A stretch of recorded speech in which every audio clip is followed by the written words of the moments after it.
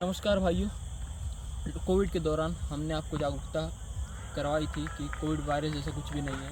जैसे पेंडेमिक के नाम पे जो हमारे देश के ऊपर लॉकडाउन थोपा गया था, जिसके तहत लाखों लोग बेरोजगार हुए, लाखों लोग मारे गए।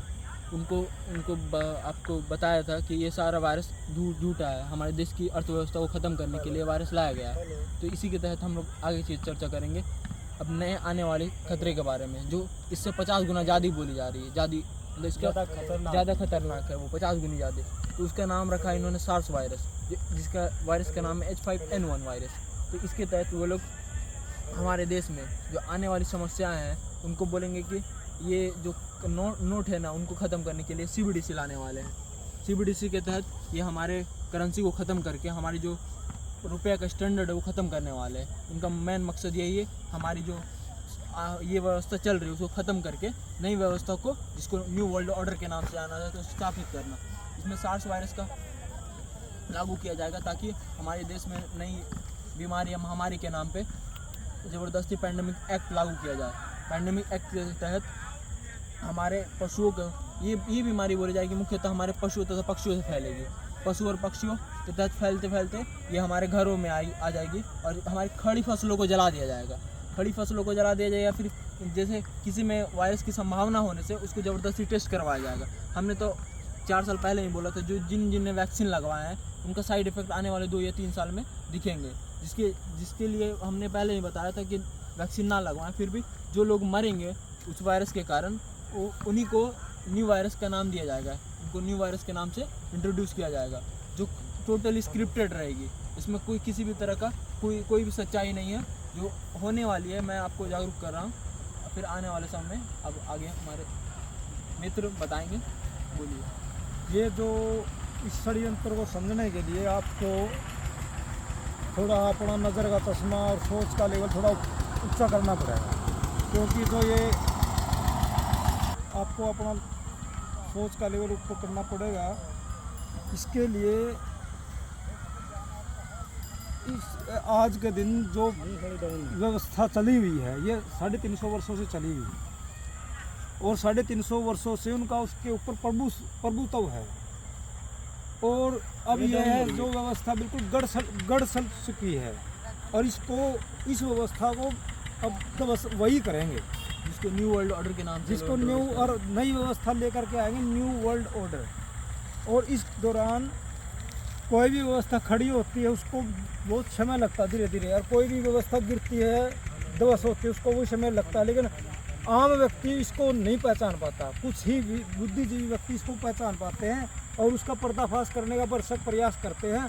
ऐसे ऐसे क्रांतिकारी महाविद्वान लोग आए हैं, महापुरुष आए हैं, जिन्होंने भी इन षड्यंत्रों का पर्दाफाश किया है, और हमारे भारत में नहीं है। ऐसे ऐसे महापुरुष, ऐसे ऐसे लोग पुरुष पूरे वर्ल्ड वाइड विश्व में हुए हैं। एक समय में इब्राहिम लिंकन हुए हैं, गद्दाफी हुआ है, हमारे देश में जो सुभाष चंद्र बोस थे, हिटलर हुआ है, और सुभाष चंद्र बोस, नेताजी सुभाष चंद्र बोस, दीनबंधु लाल बहादुर शास्त्री, और हमारे भाई राजीव दीक्षित जी भाई को भी इन चीज़ों का बारे में जानकारी हो गई थी। वो भी अच्छे से विदेशी जो सत्ता है, जो इंटरनेशनल सत्ता है, उसके षड्यंत्रों के बारे में वो भी लोगों को गला फाड़ के चिल्लाते थे, बताते थे। लेकिन षड्यंत्रकारी ताकतों ने जिस प्रकार इब्राहिम लिंकन को, सुभाष चंद्र बोस को, सद्दाम हुसैन को, गद्दाफी को, लाल बहादुर शास्त्री को, राजीव दीक्षित को खपा दिया, इसी प्रकार आने वाले टाइम में आगे अनेकों क्रांतिकारी भी अपना जीवन बलिदान कर जाएंगे। लेकिन वो रुकने वाले नहीं है, क्योंकि उनके अंदर भी किसी न किसी पुण्य आत्मा का ही जन्म हुआ है। तो इस षड्यंत्र को लागू करने के लिए पब्लिक हेल्थ बिल एक्ट पास किया जाएगा, और उसके साथ में पैंडेमिक ट्रीटी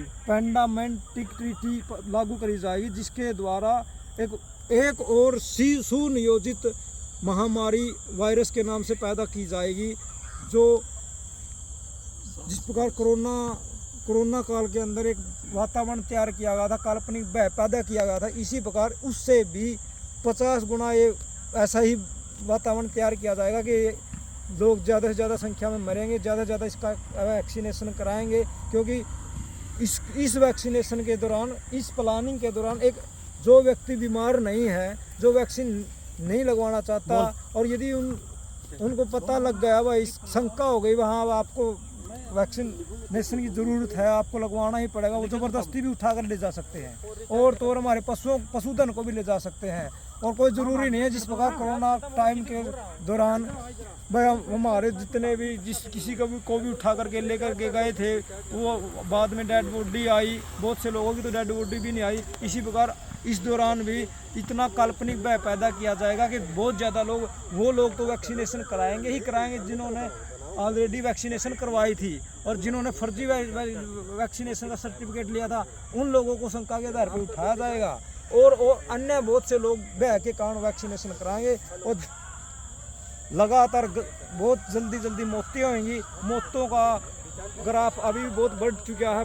छोटे बच्चों को 12 साल तक के बच्चों को हार्ट अटैक आए हुए हैं, बहुत डिसीज़ पैदा होने लग रही है। किसी को हार्ट की प्रॉब्लम है, किसी को पैरालाइज की प्रॉब्लम है, किसी को माइग्रेन है, किसी की किडनी खराब है, किसी को पथरी है, ऐसे बहुत से रोग, शुगर है, कैंसर है, बढ़ते ही जाने लग रहे हैं।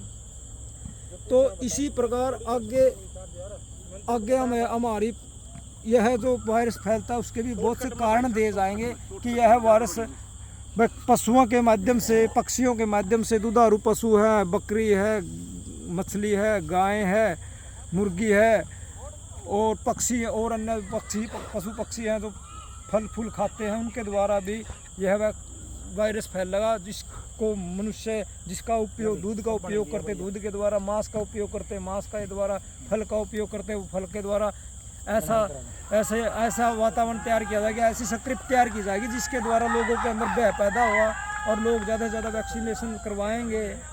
तो उसके बाद फिर ज़्यादा से ज़्यादा लोगों का वैक्सीनेशन हो चुका, पहले भी हुआ है कोविड का, पहले भी लोगों को बहुत से बुद्धिजीवी आए, उन्होंने जागरूकता फैलाई, नहीं माने लोग, वैक्सीनेशन करवाई, और उसका आज रिजल्ट हमारे सामने है कि बहुत से लोगों की मृत्यु हुई है। वैक्सीनेशन जिसकी वैक्सीनेशन हुई उसकी ज़्यादा हुई है मृत्यु, और जिसकी वैक्सीनेशन हुई जिसकी मृत्यु नहीं हुई है उनको कुछ ना कुछ डिसीज़ हुई है, पैरालाइज हुआ है, हार्ट की दिक्कत आई है, सिर दर्द होया है, और शुगर हुई है, किडनी फेल हुई है, ऐसे बहुत से सिम्टम हुए हैं, और माइग्रेन हुआ है। तो आज के दौरान भी इसी प्रकार से लोग वैक्सीनेशन का शिकार होंगे, और ज़्यादा से ज़्यादा मृत्यु होगी। उनका टारगेट है कि सुनियोजित तरीके से, उनका कहना है कि बस पृथ्वी पर जितने भी संसाधन हैं, उन संसाधनों का पर हमारा अधिकार है, ना कि सामान्य व्यक्तियों का। यानी सामान्य व्यक्तियों को मारने का इनका एक गहरा षड्यंत्र है, और इस प्रोसेस में मारा जा रहा है लोगों को कि उनको पता भी नहीं। ऐसी स्क्रिप्ट बनाई जाती है, लोग उसका शिकार होते हैं और मृत्यु हो जाती है। फिल्म कुछ और ही बनाई जाती है, मृत्यु किस कारण से हो रही है, वायरस के कारण से हो रही है, बीमारी के कारण से हो रही है, लेकिन ये सुनियोजित षड्यंत्र है। इसको हमने समझना पड़ेगा, समझ करके जागरूकता औरों में फैलानी पड़ेगी।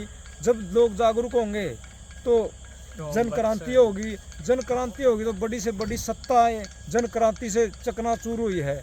तो मैं आप सभी से निवेदन है कि ज़्यादा से ज़्यादा इस वीडियो को शेयर करें, ताकि ज़्यादा से ज़्यादा लोगों तक यह पहुंच पाए। और मनुष्य जीवन सबसे बहुमूल्य है, आने वाली पीढ़ियों का भी जीवन बहुमूल्य है।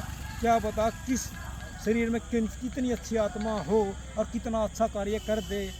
पूरा का पूरा विश्व हमारे भारत देश की तरफ कातर निगाहों से देख रहा है कि यह भारत भूमि बड़ी महान भूमि है। यह भूमि में बहुत बड़े बड़े विद्वान, प्रवृत्ति के शौर्य, वीर, पराक्रमी लोग पैदा होते हैं, राष्ट्रभक्त पैदा होते हैं। उन्होंने मृत्यु का कोई भय नहीं है, वो मृत्यु को भी हथेली पर लेकर के, जान हथेली पर लेकर के, और अपना देश को उन्नति के शिखर पर ले जाते हैं। पीछे भी बहुत से ऐसे महान क्रांतिकारी, विद्वान, पराक्रमी योद्धा हुए हैं, और आज भी हमारे देश में कमी नहीं है साथियों। तो ऐसे ऐसे कारण हैं, और ऐसे ऐसे व्यय, और ऐसे ऐसे तरीके बताए जाएंगे जिससे कि वातावरण उस चीज़ को एक्सेप्ट करेगा और ज़्यादा से ज़्यादा वैक्सीनेशन हो जाए। आचार्य जी कर क्यों रहे, इसको समझना बहुत ज़्यादा इंपॉर्टेंट है। ये करना क्या चाहते हैं, इनका आखिरी मकसद क्या है? ये हमारे बॉडी में एक चिप लगाएंगे जो चावल के दाने से भी ज़्यादा छोटी होती है। उस चिप के तहत ये हमारे अंदर उसके अंदर एक छोटा सा केमिकल रहेगा जिसका कंट्रोल उनके हाथ में रहेगा। ये सब लोगों को मैंडेटरी, जैसे वैक्सीनेशन को मैंडेटरी किया गया था, उस चिप को लगाना इनका आखिरी मकसद है, जिससे ये हमारे संसाधन तथा हमारे ज़मीन व्यवस्था को सारे को ध्वस्त करके अपनी व्यवस्था को खड़ी करना चाहते हैं। जो व्यवस्था जिनमें ना हमारे पास स्वतंत्रता होगी, जिसके लिए एजेंडा 2030 जिसमें बिल गेट्स काम कर रहा है, जिसमें बोला गया है कि 2030 तक you will on nothing but you will be happy. मतलब इसके क्या मतलब है, 2030 तक आप कुछ भी नहीं रखोगे अपने पास, फिर भी खुश रहोगे। तो इसका यही कहना है कि ना आपके पास जल रहेगा, ना जंगल रहेगा, ज़मीन रहेगी अपनी, ना जानवर रहेंगे, फिर भी आप लोग खुश रहोगे, क्योंकि CBDC लॉन्च कर रहे हैं। साथ साथ ये कार्बन स्कोर या इसको सोशल क्रेडिट स्कोर के नाम से जाना जाएगा, जो कि पूरे लोगों में 6-6 हज़ार रुपये करके, यही बात केजरीवाल बोल रहा है दिल्ली से, यही बात अभी राहुल बोल रहा है। ये बोल रहा है कि 6 हज़ार रुपये करके बेरोजगारी भत्ता दिया जाएगा, बुढ़ापे में बुढ़ापा पेंशन दिया जाएगा, इनके नाम से फ्री किया जाएगा। फ्री करने का एक ही मकसद है कि जो हम काम ना मांगे, हम बस इन पे ही डिपेंड रहे। जैसे हमें अभी चावल 5 किलो राशन के लिए हमें डिपेंड कर दिया गया, इनका बस यही मकसद है कि टोटल ज़्यादा से ज़्यादा आबादी को देश को डिपेंड कर दिया जाए हमारे सरकार के ऊपर, जिससे ये अपनी व्यवस्था को खड़ा ना कर पाए, जिससे टोटल सर्वेलेंस इन्हीं का हो। धन्यवाद। इसके आगे कभी और चर्चा करेंगे।